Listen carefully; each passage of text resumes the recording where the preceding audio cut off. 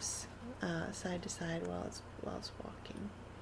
Alright, so I'm going to continue to manipulate this animal in this way. When you have your geometry repositioned, you'll have some cleanup work to do, and you do that with the same tools that you do when you're sculpting, and I'll demonstrate that really quickly how I do that. I'm going to come back up here to the high resolution mesh, go to draw, and such as this area right in here, anytime you have a nice squash, you're going to have some little tearing there, so I'll just go ahead and give myself a decent sized brush with a good fall off, and come in here and just begin to smooth that out. Now I'm seeing that if I come right in here, I do have some tearing in here, and I can easily smooth that out. But what I want to be cognizant of is that this particular lump actually is at the breast area of this animal. So I'll need to make sure that this area is respected and is pulled back down into shape. And I can do that with my move tool. Come right in here with my move brush, give myself a nice big brush, and begin to move that geometry down where it needs to go. Give myself less here. And we just want to make sure that we do that without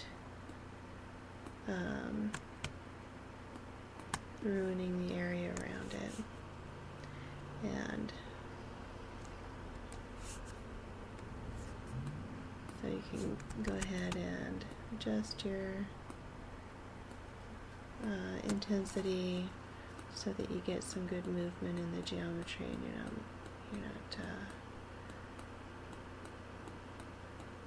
actually making it worse for yourself.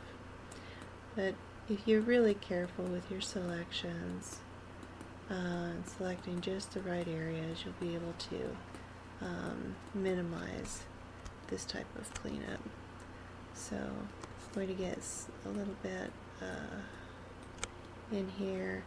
Again, I can go to move and control and come up my arm and mask some of that area out. Okay, and then go back to draw and your move tool, and be able to move that without pulling on the geometry of the leg so much. And a little bit of smoothing in there so it appears that it's stretching as it would be. Smooth that back down in there. Now areas like this, you'll need to get down in here and go ahead and push those areas up as well.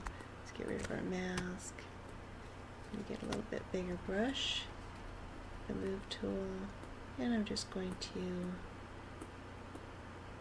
start moving those back up into position where they should be, respecting the geometry that I have in place. Let's get rid of this large lump here that was pulled out. Alright, now go in and smooth this out just a little. That's too much. Just a little bit. And then I can start shaping this up a little bit better. Come in here and shape this up the way that it needs to be. Now this is that little, flap of skin. It has a special Latin name.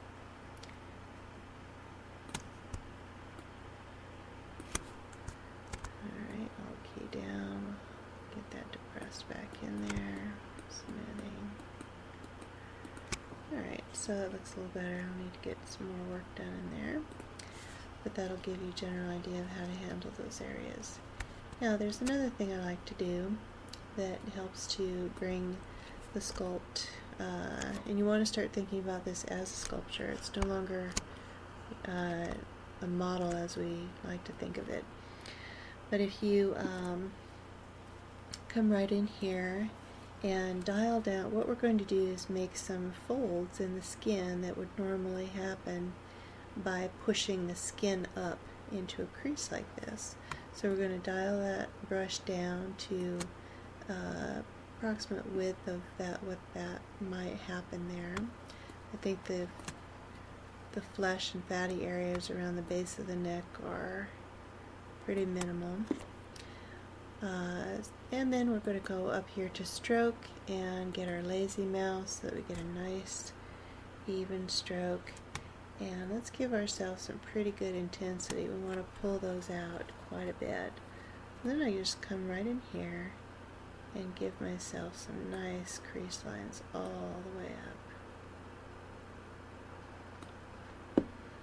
Alright, maybe one more. And then what I'm going to do is get myself a bigger brush, dial my intensity down, and come back in here and smooth out those edges. So you get something that looks like nice folds in the skin.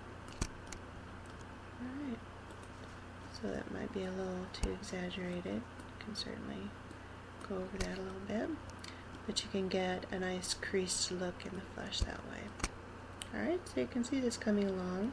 I'll continue with these limbs and come back to show you my accomplishments as soon as I get those done. I'll just continue with the same tools, the same ways I've just showed you. Alright, so I have a better pose on my model here now. This is more what I had in mind, with the leg nice and high and some deep creases in here. So I'll continue with the other legs. Alright, so I've got a better pose on my neck now, one that I like a little bit better. And I've positioned my leg, my front leg, down. Now, what I did for this particular leg is just as I pulled the front shoulder forward and up higher, the opposite shoulder needs to come down and anchor all that weight. Now on a horse, it carries the weight in the, I believe it's called the fetlock, right in here. So you'll see a more stressed fetlock down here when you have the horse leaning on one leg like this. It just simply means that there's a little bit better angle in here. It's not so straight up. There's a little bit more weight, and by doing that, by paying attention to the details in your pose, you will be able to show the weight of that animal. When little details are missed, such as that, then your eye tends to pick up on that and understand that as being an animal that does not have weight. And of course, when we're trying to portray an animal of this size and type, then it's really important to get the details right. Now, as you can see, there's some rippling up in here that I need to come back and adjust, but I think I'm going to like this pose a lot better than the other neck pose and front leg that I had. So I'll continue and come back when I have another leg finished. Alright, so as you can see, I have the back leg up now and the tail up, and he's looking like he's got some movement there. Okay, and now I have one more leg back here to do, and what I'll be doing is pulling that leg back and down, because that is the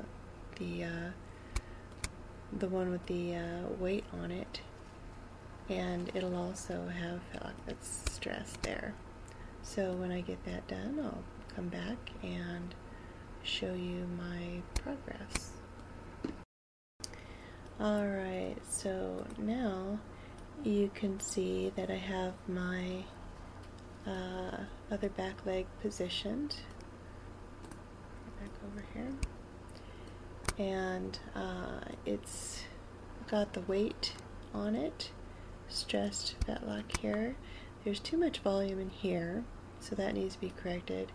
And the shape of the leg has gotten muddied right in here. There should be a lot more recession in here. So I'm just going to have my lazy mouse on still. Come in here in the leg and continue to work this a little bit more. Just as I worked the front leg, I also have this to correct, and some areas in here as well.